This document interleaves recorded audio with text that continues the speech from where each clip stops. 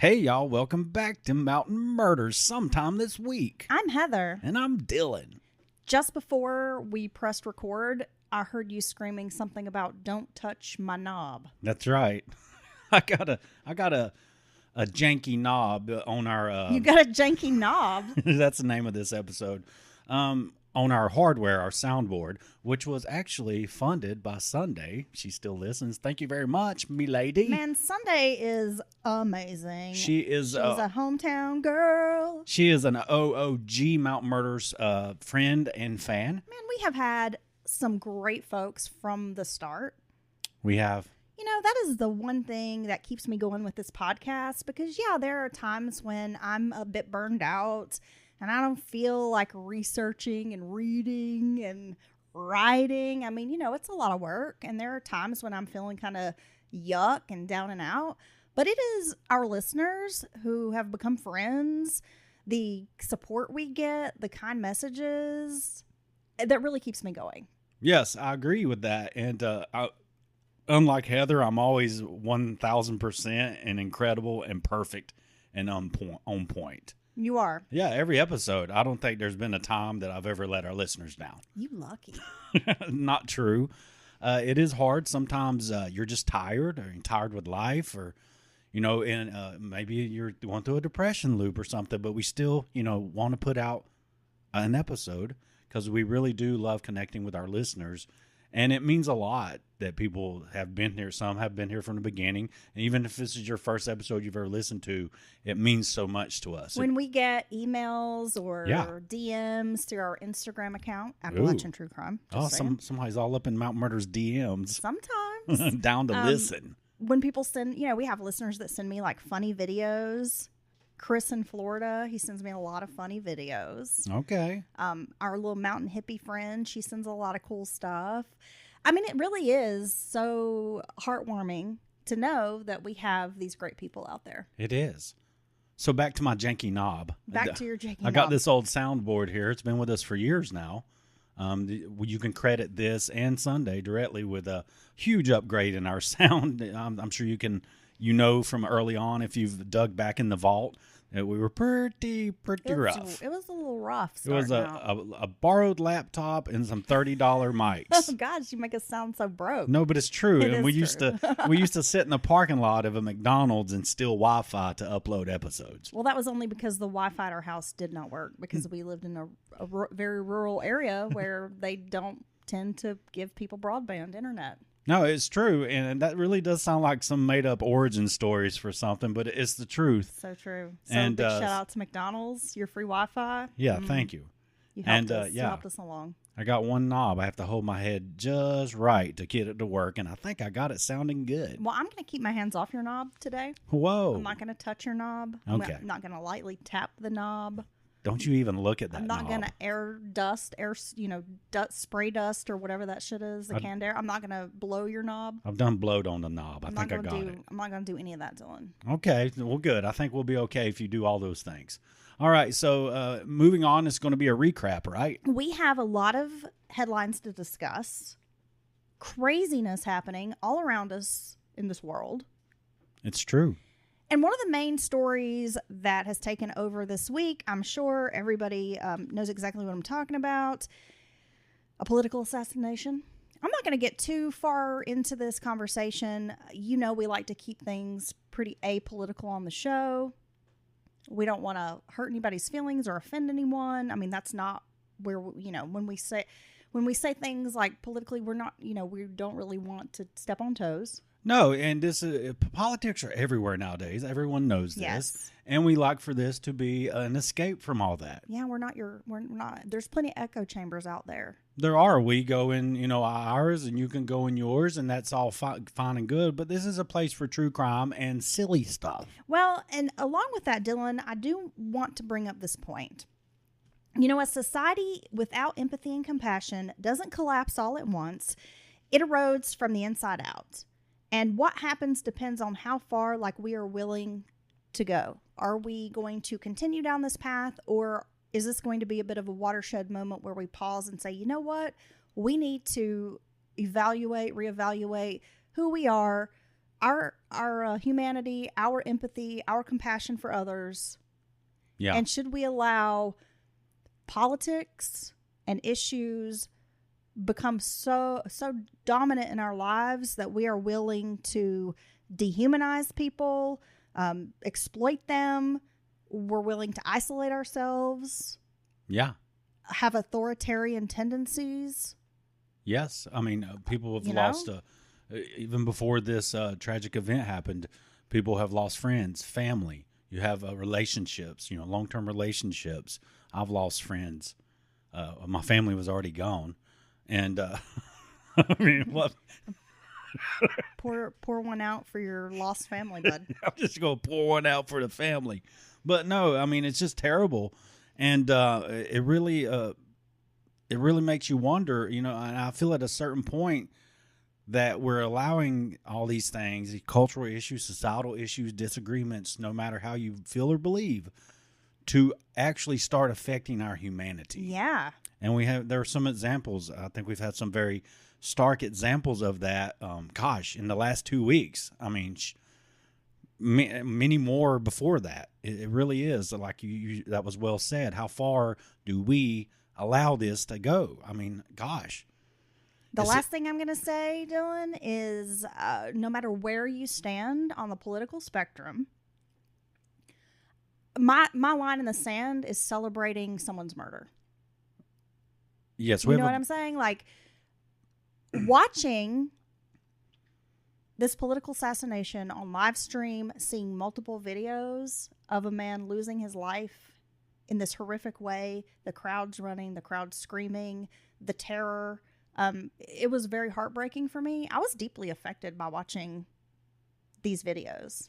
I mean, I found it very traumatizing. Yeah, it was in 4K. It's crystal clear. I found it very traumatizing. No, I agree. It was, it's hard. And I may not agree with everything, with what this man was saying, but watching him die in such a way, knowing his wife is in the crowd and he's a father of 2 young children and he's being assassinated for exercising a First Amendment right that we all are entitled to. And just because somebody didn't like what he said, they thought they could take him out. I just find that reprehensible. And it's scary. And very frightening. And I don't know where we're headed after this. Really? No, because for me personally, I think free speech is a cornerstone of what makes America a good. And oh gosh, you were going to say what makes America great.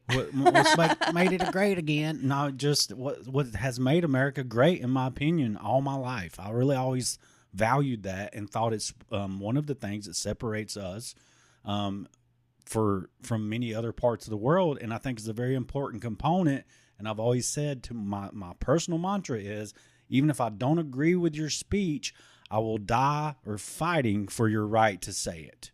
Right? Absolutely. And I really think that's important. I think it's very important coming from a journalism background, someone who is a freelance writer, and also someone who's been, I guess you could say, like a political commentator. I mean, I've written many an op-ed, which have been published in various newspapers and whatnot, expressing my political beliefs, and they were not always popular opinions. I mean, I would see social media comments, people were fucking mad, and I would get death threats over just my opinion, and like, who am I? I'm nobody, right?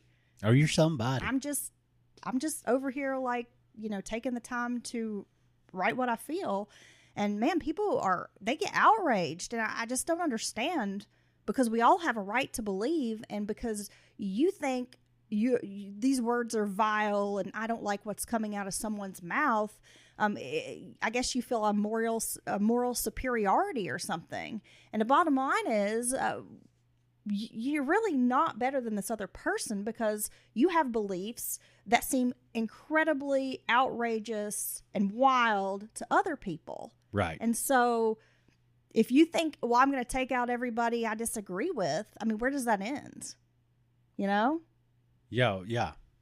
And I think it's agree. tyrannical, it's terrorism, and it's fascist to silence your enemies when you try to suppress speech and thought and intimidate folks into not speaking up, not exercising their right, that's fascism. I agree. It's a key component of fascism, which fascism is bad. And I guess I just want to say, like, I know we have a lot of folks listening in right now, and you're all probably having some of the same feelings. You're shocked. You might be sad. You are troubled, or you're worried about the future. You don't know what's going to happen. And, we're in the same boat with you guys. And all we really want is, I want to return back to where politics didn't dominate everything. Yeah, and that we could just live and let live. We could agree to disagree. Yeah, see, I think we didn't let it control us, because we're letting these things control us. And that's so weird to me. And when we do that on all these issues, the 99% loses. Honestly, the 99% loses and the 1% wins. Because at the end of the day, I've said it before, we're more alike and we have more shared interests as far as our lives go, and our neighborhoods and our schools, and access to fresh food and all opportunity. We all want that. We're more alike than we are different. I agree. And I've always felt that way. And it's no matter how much I've lived beside some of the craziest daggum people you've ever met in your life, who really acted like they truly hated me for some reason, for whatever reason. Neighbors, crazy neighbors. But I would still call the fire department or police to help them. You see what I'm saying? I couldn't, I don't know. I just think there's a basic, to be a decent citizen, a decent person, there's a basic level that you put out towards your fellow human, no matter how they are. I agree. And I just find it really upsetting to see people celebrate death and relish in it. I mean, I've seen some videos from folks that it just seems like they're a fucking demon. Like they are loving it. They are eating it up. And I just think it's horrible. Because, like, what have we become? Right. I don't know. No, it's a loss of humanity. Well, Dylan, I had a friend. I had this really good friend, Ben. And honestly, I would probably consider him to be one of the smartest people I know. Like, he's a super intelligent guy, knows a lot about a lot. And he sent me this little phrase. I guess he was telling me he had an ex-girlfriend that was really upset this week and just freaking out about the world and everything that's going on. And these were the words he offered up. And then he sent them to me. And I have to say, I read this little passage several times last night, and it really helped me. It kind of made a difference for me. And so I was thinking I would read this to you guys before we get into the news today. And I hope maybe you find some comfort or some meaning in it.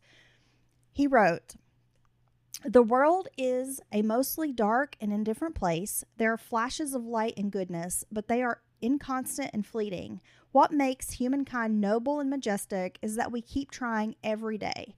No matter the odds, no matter the foreknowledge of our plight, we struggle ever on towards some sort of transcendence." Wow.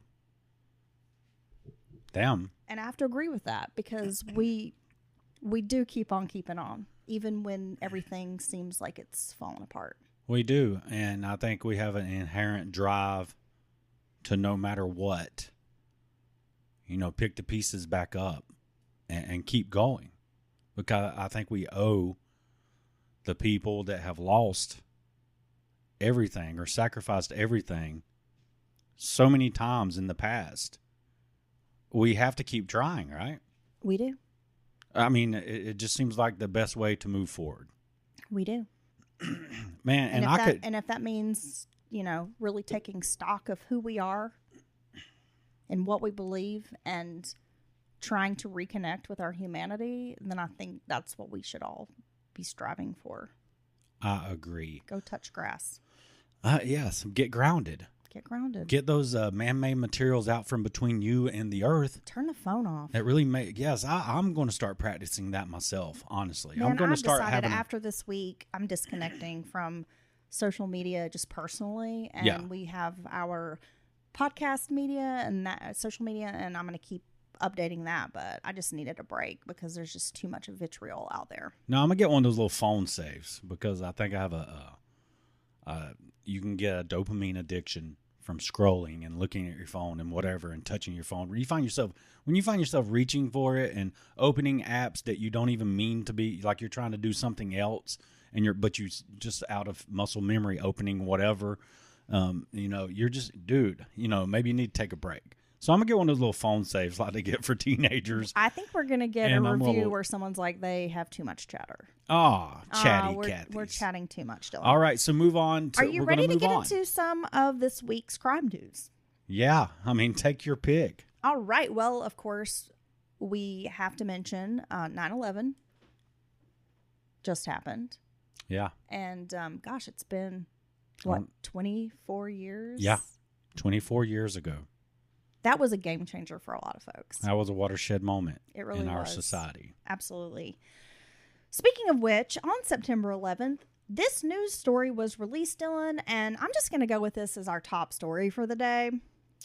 A New York resident's home security camera captured the moment that a package was stolen from their porch by a masked bandit. What? A raccoon. Oh my gosh. Really? Yeah. The Plattsburgh resident said a Chewy box, which contained $93 worth of pet food, had been left on the porch. It was being returned, and it needed to be picked up by FedEx. Well, this little snallywag, I don't know what you want to call him, a little gangster. Scoundrel. A little scallywag. Called him a snallywag. So he's hip to the Chewy boxes. Little smelly wag. He was hip, dude. He was hungry. He shredded this box. He feasted on its contents, Dylan. And didn't pay a dime for it. No. The camera recorded the raccoon returning on other nights to check to see if there were more edible goods around. Chewy understood the situation and still offered a full refund. But Dylan, this is not an uncommon thing because back in 2024, a Texas resident faced a bit of a similar situation when a box of cookies had been delivered to their front door and a neighborhood possum decided to lay claim. Squatters' rights. Oh my gosh. Finders keepers. Dude, it reminds me of the time we kept having our trash torn up. They say possession is 9/10 of the law, so I think these cookies, this Chewy box, it just belong to these little guys. It's hard to keep them away from raccoons. They're very versatile creatures. They can climb anything. Dude, they are such little ninjas. They got their little hands. It's kind of creepy, honestly. And I've had a pack of 5 going after my trash. Oh man, we had that for a minute. Yeah, I was hanging the trash from the little porch up in the air because I truly thought it was like stray cats or a possum, something like that. And I had it hanging out to where this is back when we didn't have a trash can because we were just lazy. I guess we lived in the hood. Somebody stole our trash can, but our town issued trash can. But yeah, that's when we lived near the trap house. So maybe they were like making some dope in it or something. Yeah, so I'm still getting the bags ripped open. It's literally hanging in mid-air from a line, and I'm like, what the hell?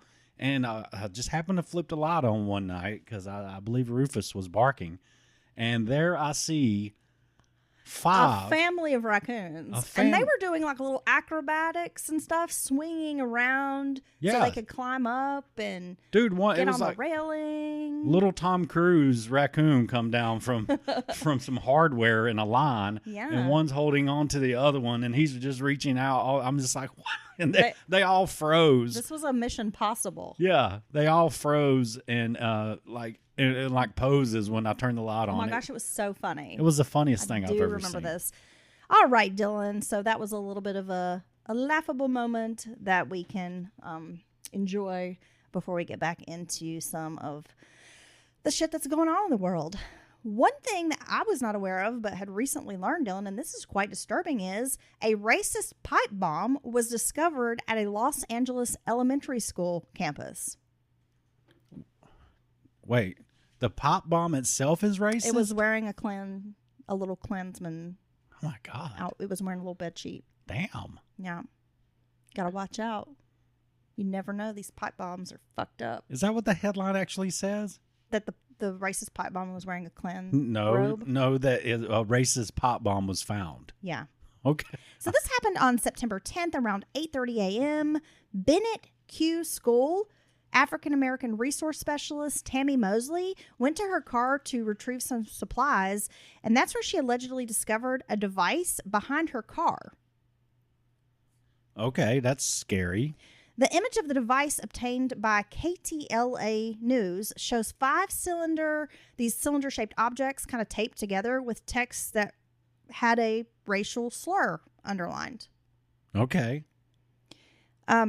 This is scary. I mean, this is a direct threat of terrorist nature. Yeah, if this is real, it's any explosive device, which I'm a bit confused because pop bombs typically have a literal fuse and have to be like lit and used almost like a grenade from my understanding of pop bomb construction. But no, if I ever found anything like this, I would be deeply disturbed. Yeah, well, not only that, but, you know, the threat of this kind of terrorism, it's also against an African-American educator and this entire school community. Well, that's horrible. That's very scary. So, of course, there is an investigation happening. Inglewood Unified School District reported the incident to the police department. Of course, the police has been out investigating, and they are trying to figure out who left this thing. But, man, that's frightening, a pipe bomb at a school, an elementary school. Well, yeah, no, that's horrible. And someone made that and left it there, for one, threatening this individual, and two, it's in an area where there's a bunch of curious kids walking around. Yeah. Who may just see it and pick it up like, what is this? I mean, gosh, anything could happen. And man, pipe bombs are so scary. I mean, we've discussed the Olympic bombing. We had the Eric Rudolph episode, and the amount of damage that these pipe bombs can do. Well, yeah, I mean, the nature of it is, for one, the casing's going to be shrapnel if it does detonate, and two, they're typically filled with nails, tiny nails, ball bearings, anything that would create even more shrapnel. I mean, it's just it's a weapon of mass destruction. Let's be honest. Are you ready to move along, Dylan? Because I have another deeply disturbing story to tell you about. Okay. If you're thinking about buying a new home or building a new home, you might want to check on your contractor and their employees.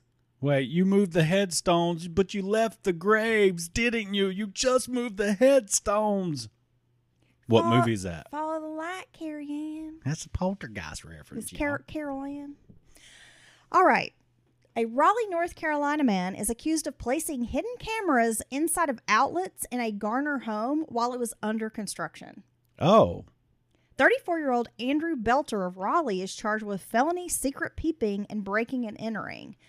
Police say Belter broke into the home on Ben Leddy Court in early August when it was still under construction, and it was under contract to be purchased at this time, mind you. So he installs these hidden cameras in order to watch the new homeowners once the house is built. Okay, well, that's super creepy. That's going to make me do an IR infrared scan of my entire home. He's been arrested and booked into the Wake County Detention Center under a $100,000 secured bond.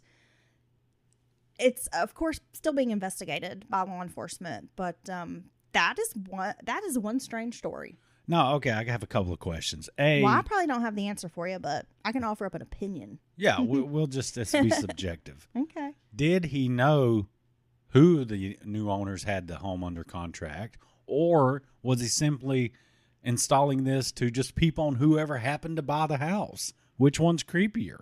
Yeah, I don't know. Jeez. It's, again, like I said, a very disturbing story.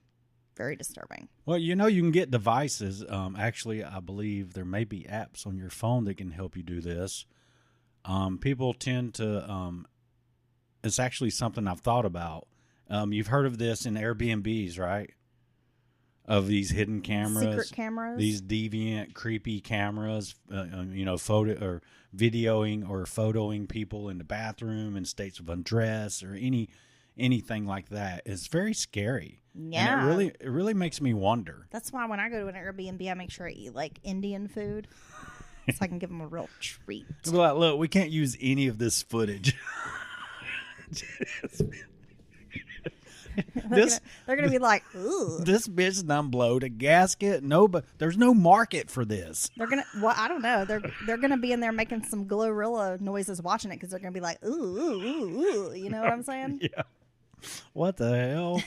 Oh my gosh! You know, we are so immature on this podcast. I think we talk about poop and farting like way too much. Well, you know, now that you have brought it up, I can't help it. I hope I didn't poop, or I'm sorry. I hope I didn't fart on you last night when I went to sleep, because I totally went to sleep holding one in. I'm just going to be honest with you. Well, remember the other day when I was harassing you all day and telling you smelled like poop? Trying to convince me that I smelled? Well, then I was probably onto something. See, I had the foresight to know that you were going to be disgusting. Well, but did I? You didn't ever get assaulted, did you? I don't know. By the pleasure pillow? Oh, God. That's your new nickname. The pleasure pillow. Yeah, and I got a janky knob. A pleasure pillow with a janky knob. I might want to trade in the janky knob. No, baby. It's the knob that's been with you all this time. I need a like properly functioning knob. Oh, yeah. You want a bigger knob. I need a younger knob. Oh, gosh. Okay. Let's move along, Dylan. Jeez, you want a textured knob? You want to get some rubber? A rubberized texture for extra grip? What's happening? What? Yeah, I know. Let's just move on. Oh, now you want to move on. Yeah. You're a big weirdo. She wants tomorrow's knob. Dude, we have to talk about this because when I first saw the headline for the story, I was like, WTF, Dylan. So there is this popular singer, and I don't know how you pronounce his name. It's D4VD.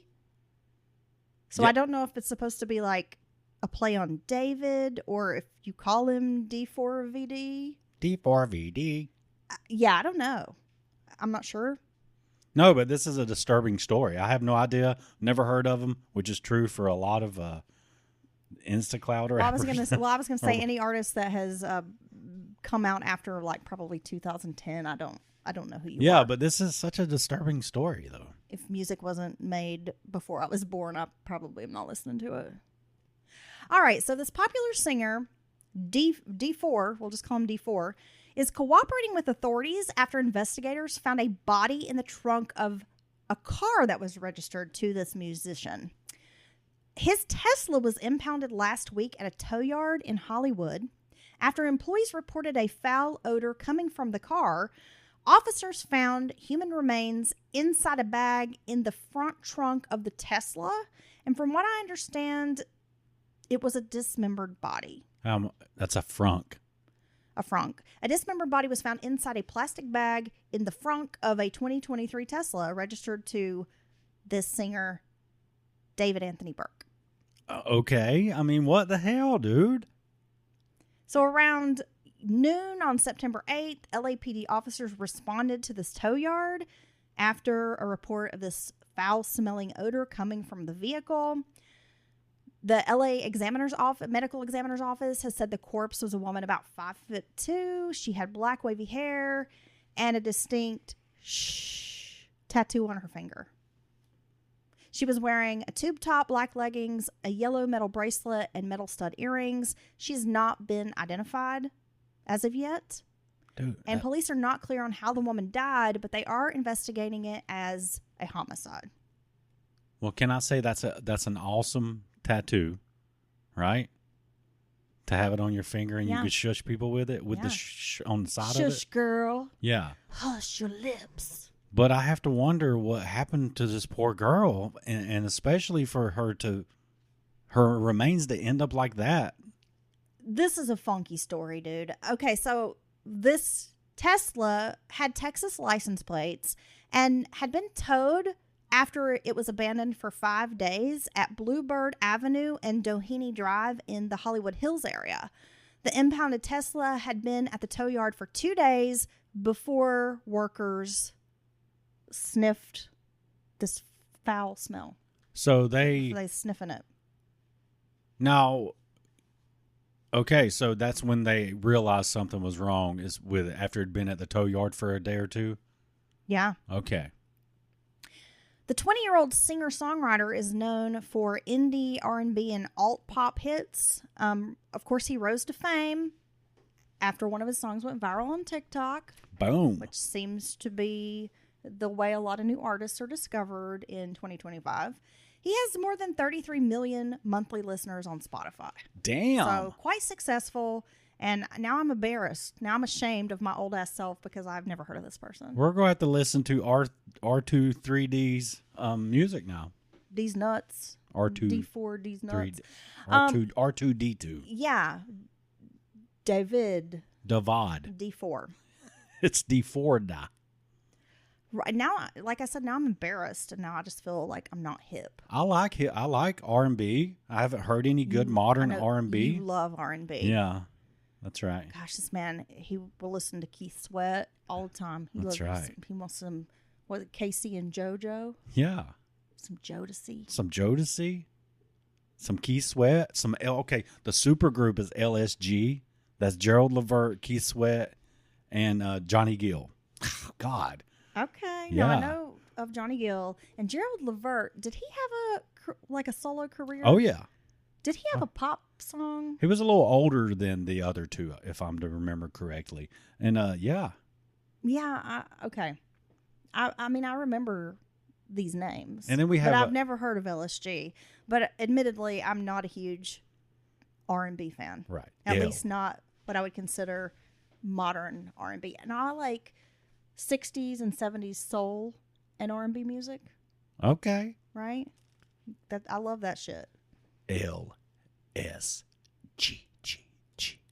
Round and round we go. Okay. Yeah. All right. Where we're gonna stop, nobody's gotta know. That's right. Super group right there, bud. Let's move on. Oh, gosh. We'll just have karaoke hour. We'll have Dylan's karaoke hour, and he can just sing various, a few bars for y'all. Okay. Yeah, sure. Now, this is something else, I guess, another aspect to this story that makes me wonder if there's something else going on here. So one day after the human remains were found in that Tesla, a second body was found in a separate tow yard in South Los Angeles. Family members had filed a missing persons report and tracked the woman to a scorched Honda Civic that was at an impound lot on West Gage Avenue. When the family members wanted to look at the car, the tow yard operator called the LAPD, and that's when investigators found the woman's body partially burned in the trunk. Damn, so you have a car that's been towed, it's been burned, and they don't check the trunk off the rip? Well, at this point, investigators don't believe the Tesla case and the Honda case are related, but it's pretty strange to find two bodies in the trunk of two different cars within a day of each other, right? Or is it? I mean, it seems very strange to me, but I'm also, like I said, surprised that would not be protocol when you find a burned car to check it over. Well, I agree. Every time I drive by a tow yard or a junkyard, I always think, are there any bodies? Yeah. Over there. I know, right? In the trunk of that old Cullis. Especially if they got one of those crushers. Yeah. That makes like the car into a block of steel. I always imagine if someone got disposed there. Organized crime. Yeah. Because if you know... I think that was a good disposal method for a lot of organized crime members. Well, think about it. You can get rid of a vehicle and a body all wadded up like that under this tremendous pressure and just... And then you can go home and have your gabagool. Thrown onto a barge that instantly goes to some recycling, some huge steel plant that melts it down. I mean, it's pretty freaking ingenious. Yeah, if you don't get caught, I guess. Well, as long as everybody's in on it, you're not going to get caught. Well, you know what, Dylan? We don't champion murder here. Unless it's... Oh, you know what? Now, earlier I was like, we don't champion murder, but we have two exceptions. We have three exceptions. I think that the third exception matters. Go ahead and say the two. Okay, so if you're going to celebrate murder in front of me and be happy that someone's dead, it's a pedophile. Mm-hmm. Any pedophile. Any pedo. Okay, we're all for, they can all die. Male or female. Yeah, I don't care. Firing squad, bud. Public hanging. Or even a non-binary pedophile. And we will always celebrate if somebody takes out Casey Anthony or the bitch just dies. Like maybe one day she's eating a chicken wing, she gets choke on it. I'm not going to be sad. And I also saw a third one added to that list of Megan Boswell. Oh, fuck that bitch. Boom, she's on it. Yeah, child killers. Mm-hmm. Yeah, I don't care. Pedophiles, child killers. We go old school. We'll get Susan Smith. We'll jump around. We'll go get her out paroled. I'll jump up and get down. We can celebrate those. Because I'm not going to have any humanity for those people. They deserve it. They deserve it. Dylan, this is a strange headline. Woman bit off the tongue of an attempted rapist and was deemed a criminal ever since. But now she finally has justice. How's that even possible? This is a headline on people.com. This woman is from South Korea, and she was convicted more than 6 decades ago for biting off part of an assailant's tongue during a sexual assault. She has been acquitted after spending years challenging this ruling. So this happened in 1965. That is when she was convicted for aggravated bodily injury. The court overturned her conviction, saying that her actions were justified as self-defense. Finally. Just now? Yeah. She spent decades in prison? She's 79 years old, and this happened when she was 18. I just can't believe I've never heard of this before, because that's crazy. Choi Malja, 79, is finally innocent. She was just 18 in 1964 when she was attacked by a 21-year-old man who tried to rape her in Busan, South Korea. During the attack, the man allegedly threw her to the ground, forced his tongue into her mouth, and started holding her nose, trying to prevent her from breathing. And that's when she defended herself and was able to get away from him by biting off part of his tongue. Good. More than 2 weeks later, the attacker and some of his friends tracked her down at home and threatened to stab her father. Prosecutors dropped attempted rape charges against the alleged attacker, who received a 6-month sentence, which was suspended for 2 years for trespassing and intimidation. But this woman, on the other hand, the victim, was convicted of aggravated bodily injury and sentenced to 10 months in prison. I thought you were saying, okay, she's just now been exonerated of those, but she wasn't in jail the whole time. She spent years trying to fight this conviction and have it overturned. Yeah, I'm sorry, I should have said she's trying to exonerate herself. But yes, so she's tried for years to get this dropped and expunged. That's a matter of principle, let's be honest. This happened 61 years ago, and she was the victim, and they're going to punish her and let the assailant go. I mean, what is going on? Well, when you hear of these things, that is wild. People breaking into someone's house and falling, or getting harmed or hurt, and then suing the homeowner, or this is even more egregious, honestly. When you hear stories like that, it just really makes you wonder about what is wrong with our systems of justice, because it just seems to me like that's just how in the world do you ever convict? I mean, I don't know if the system uses a jury or what, or a panel or a judge, but anybody in their right mind would champion and clap that she was able to harm this person that is trying to rape her. I just have no words. I don't know. Strange. I don't know how you can allow a rapist, an alleged rapist, to be free, but you're going to punish the person who was protecting themselves or trying to fight back. Right. That's yeah. I thought of a method. It probably never fly in public, for stopping all carjackings. Okay, so they run up to your window with a gun in your face. It's basically all cars come with bulletproof glass? No, because they might catch you with your window down, like you warn me of constantly. What you have is a civilian form of a claymore mine, which explodes in one direction in your door panel that blows out, right?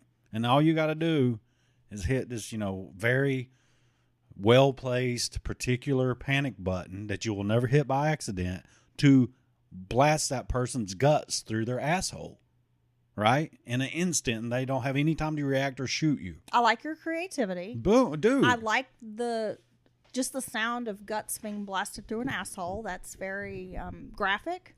Yeah. Yeah. I think all carjackers deserve it. So, I don't know. Well, you're going to have I some... don't think it's going to work, Dylan, but I'm going to give you props for creativity. I'm also going to tell you might be a little bit demented. Just saying. I just took a terrible crime statistic off the books. Okay, well, again, you're very creative. Someone out there, take Dylan's idea, run with it. And I can instantly see many liability issues with said installation in a vehicle. Yeah. Right. Like kids messing with something they've been told to leave alone for one. Going through the drive-thru, you accidentally blow up your nuggets. Or the drive-through worker. You blast the person at Panda Express who's just handing you your honey walnut shrimp. Because you hit the wrong button by Yes. accident? Okay, I see there may be a fallacy in my logic. Dylan, a search for a missing woman in Columbia, South Carolina is now being treated as a homicide investigation.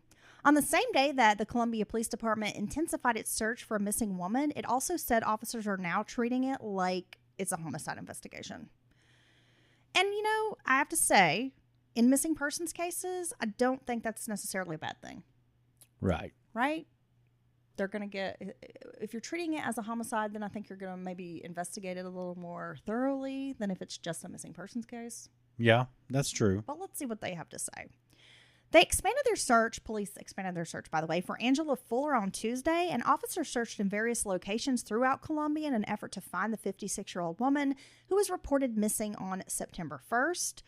She was first reported missing to law enforcement by a loved one who had not heard from Angela since August 29th. Fuller was last seen at the 3000 block of North Beltline Boulevard. That's in a part of Columbia between Two Notch Road and Forest Drive. And there was no word if she was alone when she was last seen. But they have searched more than 75 locations, including vacant buildings and lots during their search efforts. So while police started Tuesday morning informing the public about the search, saying it wanted to see this woman return home safely, obviously that's their goal, the afternoon kind of took a different turn with the investigation.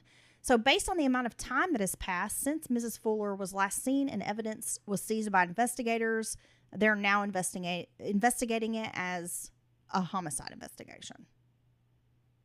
Well, I think, like you said, that is maybe, especially in this case, the appropriate way to approach it, right? Well, that's one of the reasons why I thought this would be a good article to discuss, because we know with missing persons cases, most of the time they get filed. There's very little done to find these people. Yeah, and in investigators' defense, there are a lot of missing person cases. They also have a lot of other things. Right. And most smaller departments don't have just an officer or an investigator that's just committed to missing persons cases. Yeah, and they will always point out, especially when it's an adult, that people do have a right to privacy. They have a right to come and go, and they have a right to not tell people where they're going. And if they want to, literally cut themselves off from anyone that knows them in their life, and friends and family included. And you shouldn't be able to sick the police force essentially on a person just because they're missing. But we've oftentimes seen that there seems to be if you, for instance, in a case, I remember we had the woman's purse and keys and all her personal belongings were laying outside of her open door of her car in her driveway. Okay, look. I know which case. That's the Jessica Dyson case. That's from that's when we first started the pod. Dude, how do you literally remember it all? I am a vault. Jeez. I am a vault when it comes to this podcast. You truly are. You are an essential component. I'm a true crime encyclopedia. You really are the archive of mountain murders. It's weird because I've talked about this. I can't do math for shit. Right. Cannot fucking add, subtract. Don't make me do algebra. None of that shit. But when it comes to subjects that I'm interested in, I have this photographic memory. I'm full of random facts Yeah, I know. all the time. I understand. And I have the memory of a goldfish. Yes. I think there is something very wrong with my memory. I have wondered if you have like some kind of brain trauma or injury to your No, brain. I'm being for real. I know. And it's not just having smoked the marijuanas or whatever, partying down sure? back. No. Well, yeah. I am sure because this goes beyond that. No, Dylan, because don't you remember back in the 80s that PSA, this is your brain on drugs, and it was like an egg frying? And then they said, any questions? Well, that's what's happened. That's just a PSA. Your little brain has been fried around in this little pan, sizzling, and then they just left it on, and so now it's just all burned up and charred. That's not actually how brains work. Well, that's what's wrong with your brain. How do you know? You can't remember anything. Well, what are you trying to say? You know all about brains now? You ain't no damn brain surgeon. You don't know. So actually, it's a good thing we have you. But yeah, when you have a circumstance like that, and you still have cops kind of waffling, or that kind of gets ridiculous at a certain point. So it really is a fine line that they walk. Well, yeah. I mean, I know I bring this up sometimes, but it's hard not to mention it. My cousin Carrie has been missing for 4 years. And, in the beginning, the police tried to make it out like, well, she just took off on her own. Right. She, it's by choice. But here we are 4 years later. No, not nary a sign nor hair of her. And I just wonder, so do we still think she ran off on her own? I mean, come on. Well, we know about that area. We know enough about it to know that they don't care. And they just always use an excuse like, well, they're having addiction issues or they have pending charges. They went on the run for some misdemeanor charges. And there's been no activity on their social or anything like that. Yeah. And this person who obviously had a criminal record and sort of stayed in trouble because of their addiction. Never shows up anywhere else. They never show up anywhere else on police's radar. That's very strange. Yeah, I know. Yeah. It's really incredible. But no. We could actually do an episode, and I think maybe we should do an episode on the area we're from, Western North Carolina, and some kind of notorious, at least locally, notorious cases that were basically either horribly mishandled and mismanaged or completely ignored. And there's actually some conspiracy theories and some string of deaths that some people believe could possibly be connected in that area. So that'd be an interesting subject for us to approach. Recently, and I'm not going to name any names here, but I've had people reach out to me on social media from back home. Like, are you aware of this situation? And there have been multiple deaths tied to this one, to a female in town. And it's just really strange that multiple people who are dating her or involved with her seem to die. And it's like kind of strange circumstances. Yeah, I know. Yeah. I mean, what's the statistical odds? I don't know. But I also, what are the odds that your uncle works for the police department and that you never get in trouble? Anywho, yeah, I mean, it's the same small town, shady bullshit. I think a lot of people know or understand when they live in these little places. But as we're kind of going down memory lane a bit, I think we've seen this in large metropolitan areas as well. Well, yeah. No, communities. So absolutely have. Segments of people, groups of people that are marginalized, ignored, and forgotten about. And you can name them all. Indigenous, persons of color, black women. Trans women, folks. Period. Trans folks. The gay community. I mean, gosh, we've covered a lot just here at Mountain Murders. And almost every group, but those notably, honestly, have been many, many times ignored. And while there's active... And remain unsolved. No follow-up, no resources. And yeah. Let's be honest, they just don't have any interest in following They don't up. care. They don't care. They don't care. Wow. Okay. It's like again, we've come full circle, Dylan, because again, it boils down to where is your humanity? Where is your empathy and compassion for other human beings? Right? I agree. And on that sentiment, can we include one more case on this recrap? that incident that happened on the Charlotte, North Carolina light rail system. Oh, we're going to call it an incident? That was a cold-blooded murder. The cold-blooded murder of the Ukrainian immigrant, Irina. I can't say her last name. Well, I can say it. I just don't have it in front of me. Yes. Well, while you get that, yes, we will call it the cold-blooded murderous attack by a 14-time... Irina Zarutska. A 14-time arrested, convicted criminal who, in my opinion, should not have been in public and able to harm anyone. Okay. Again, very traumatizing for a lot of people to see this video make the rounds. I mean, it's everywhere. Yes. Right? You can't not see it, even when you don't want to see these brutal snuff films. I mean, that's kind of what it is, to be honest. Let's be so real. Yes. The thing that was so disturbing, aside from this poor young woman being attacked, is watching not a single fucking person on that train offered to help her. Not a single fucking person ran over to hold that girl's hand, to hug her, to put pressure on that wound. The poor little thing died there scared to death, and confused, not knowing what the fuck happened, and not a single fucking person had the heart to go over and check on her or to help her. Yeah. I'm like fuming mad at those people on that train because I'm like, what is wrong with you? And I know I'm a little crazy and I'll own up to it. But if I'd been on that train, first of all, I wouldn't have cared if that dude had a knife. I would have been running and attacking that motherfucker to the ground. Like, I would have been like crazy ape woman on him, right?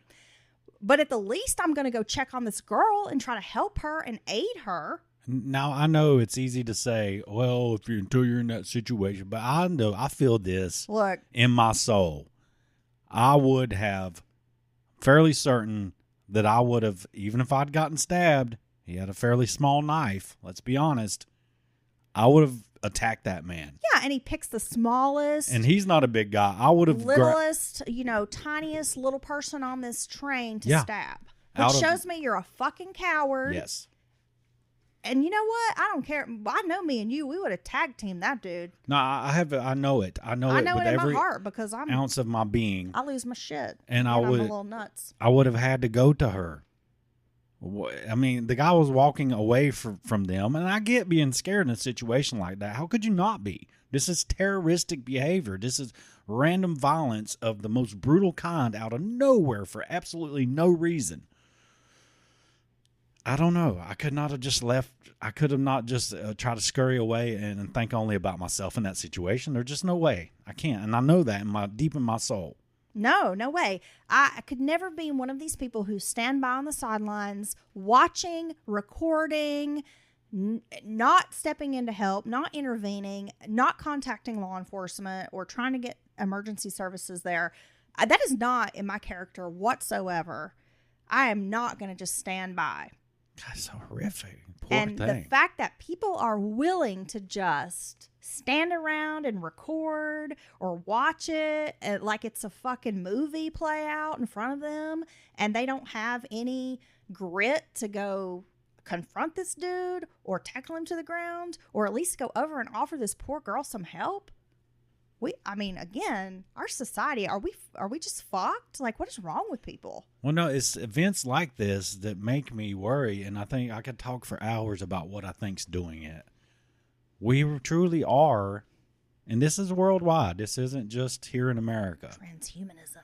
We are losing our humanity through many outlets in many ways. Yeah. When I see the buildings systematically destroyed in Gaza and all the stuff coming out of there, it doesn't matter if you support Israel or if you're pro-Palestinian. This is kids. This genocide. Is women. These are humans. When I see you getting gunned down because you're trying to grab a bag of flour.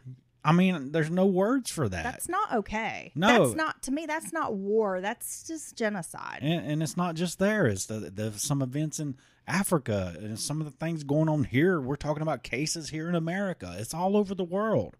This just I don't know, dehumanization of Cruelty. groups and people and stuff. And it just and I always wonder, has this always been, or do we just see it now in 4K or and ultra I clear? just feel like it's gotten worse. I feel like the pendulum has swung back another way. And I feel like as a world, for the most part, we tried to do better. Like you said, do better, put the pieces back together and keep trying.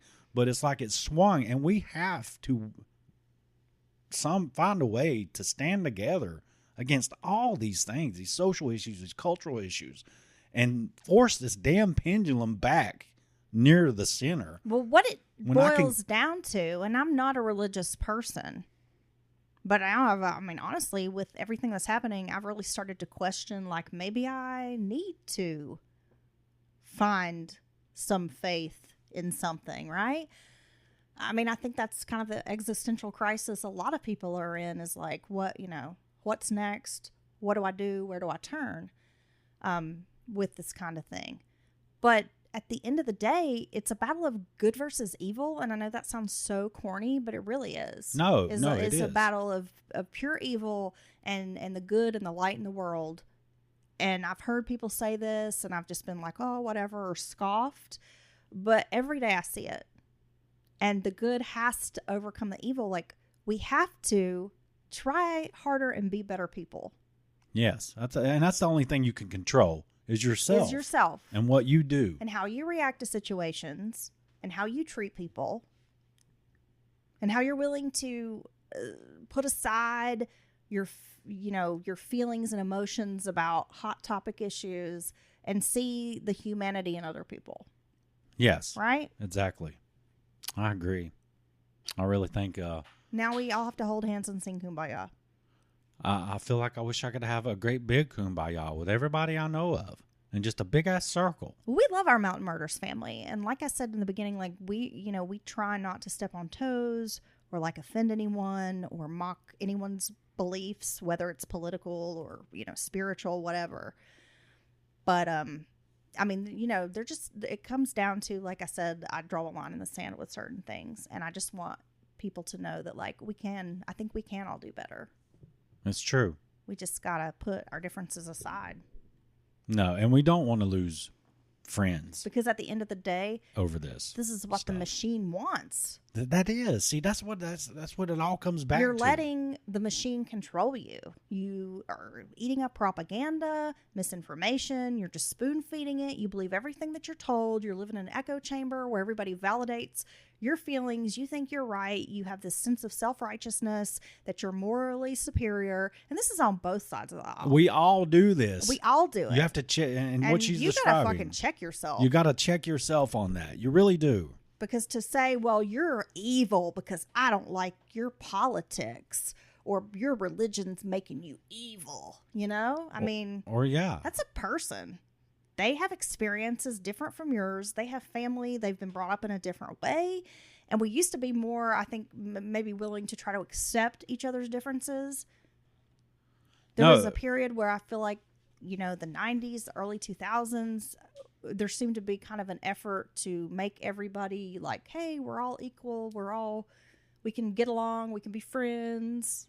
No. And then it's just like shifted back to the darkest days. If people remember Occupy Wall Street, agree or disagree with what was going on there, I want you to remember how quick they squashed that. Oh, they squashed it. How quickly that was squashed and scrubbed and pushed to the side. And I think it honestly was because the main message was 99 versus the 1. The 99% versus the 1%. And that's really what we have to keep in mind. We are the 99%. And I'm way down here in the percentages, but... Stand up. I think Ludacris telling you stand up. I think we all... That's what's really behind a lot of these rifts and things like that. They've been doing it ever since I can remember. Through various means, through various issues, these wedge issues, and they just keep driving that hammer on those wedges. And it's up to us. And we really are surrounded by propaganda everywhere. We are. We really are. I mean, it is like mass propaganda. And now we're moving into and we really, I mean, just as a whole, have got to like step back from this bullshit and be like, you know what? I'm not going to let you guys control me. I'm not going to let this machine control me. Yes, you're not going to determine my path. Because the truth is, the machine don't give a fuck about you. It don't give a fuck who you vote for. It don't give a fuck how you feel, what your issues are. If you think you're right or wrong, the machine's just here to spit you up because it's all about the machine, right? There is a famous speech, and I don't know if it was from Chavez. Damn the man, save the empire, Dylan, for those 90s kids out there. Talking about thrusting or flinging yourself on the wheels and the machinations and the levers of the machine, no matter how many it takes, until you make it grind to a halt, because together is the only way that we can ever push back against these dark forces. Yeah. Right? Because one thing I truly believe in is energy. Everything's energy. And I have to say, and I have to know that there's good energy and there's bad energy. And they certainly are at war with each other. I have no doubt about that. The dark forces, the evil horses, they're out there. Gosh. You gotta watch. Man, we've been way too preachy on this episode. Oh, gosh. Okay, let's wrap it up. Somebody out there is shouting us down, and somebody's like, hallelujah, and some people are just probably have tuned out by now and are ready to stop. That's okay. They don't want to hear it anymore, Dylan. Okay, well, we'll quit for now. Because I can't handle anymore, dude. I feel like part of my brain's going off into conspiracy theories about dark cabals and the 13 families. Is it really conspiracy, though, Dylan? Because it seems more and more and more, all these crazy, outrageous ideas that us conspiracy theorists have had all these years are seemingly true. I'm thinking about MK Ultra. I'm thinking about Manchurian candidates. All these things seem to happen at just evil cabals perfect that are timing. Running things. Yeah, what the shit in hell? Let's go. I better watch what I say. We can bring dangerous conversations. Very dangerous conversations. I could say 2 or 3 sentences that may very well have Mordor turn its eye towards us. So I prefer that not happen.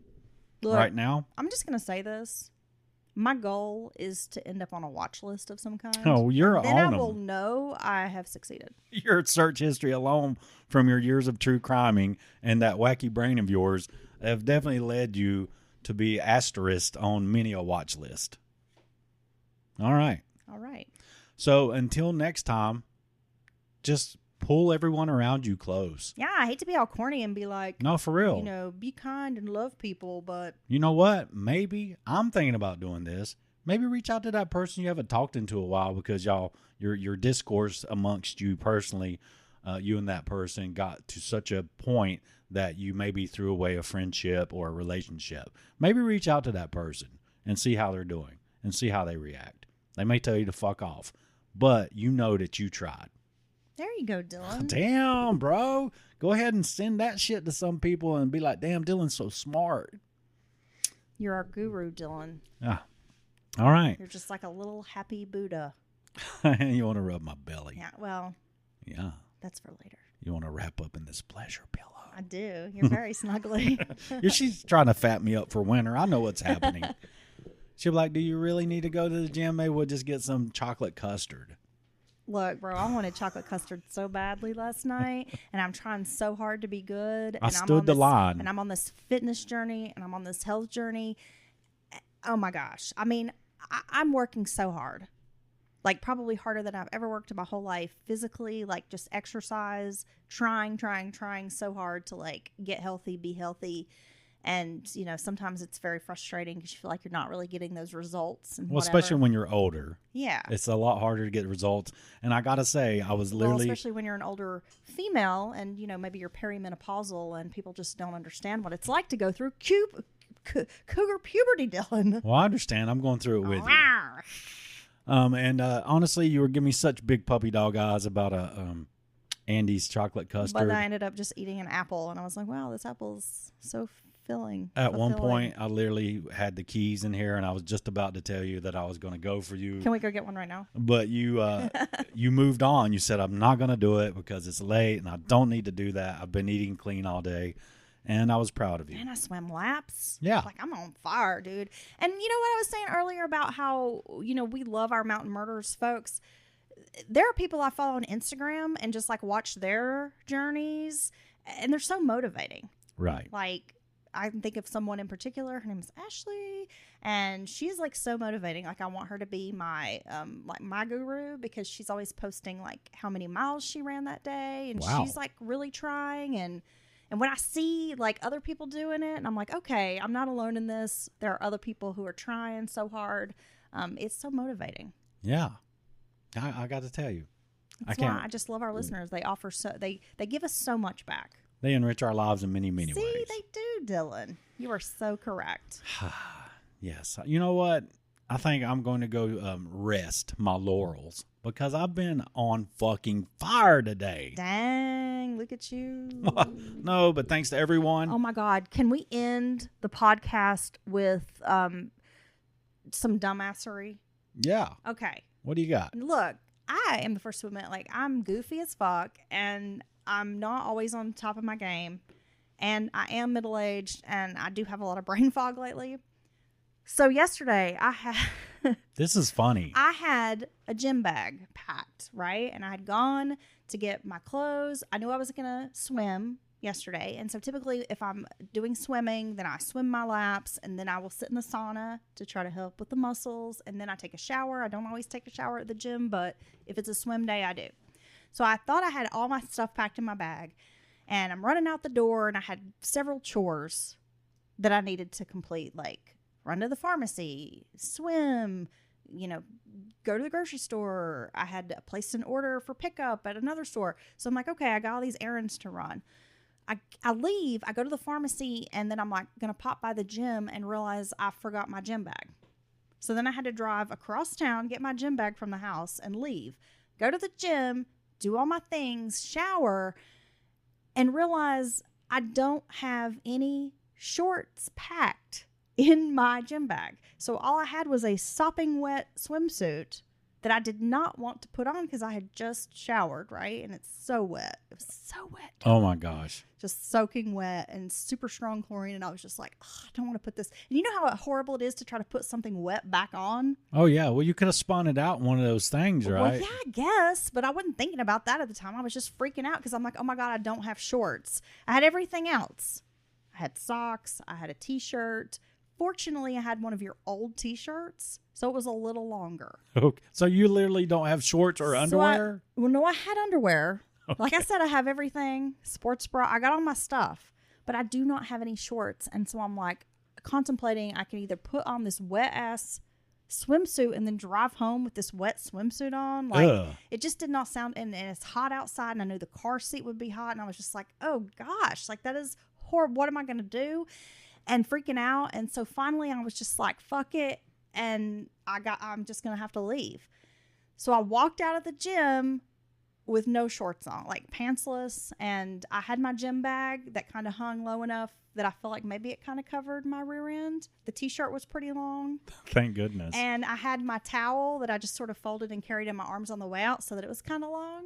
And so I was thinking, maybe at best people will assume that I have on I have my swimsuit on under this and just a baggy t-shirt, and I'm walking out, and no one will know I'm in my drawers. Oh man, they probably discussed it. It's like, did you see that lady just leaving her underwear? Did you see that naked lady, that What the pantsless hell? woman? Damn, call the police. Oh my gosh. Oh my gosh. Speaking And of then when brain I came home, I fog. told you, and you thought it was hilarious. 'Cause No, you were like, it was oh my God.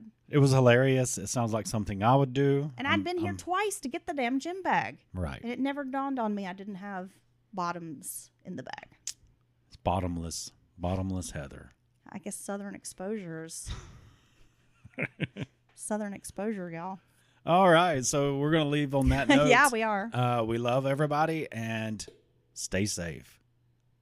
And until next time, Bring your pants. that's right. Bye. Bye.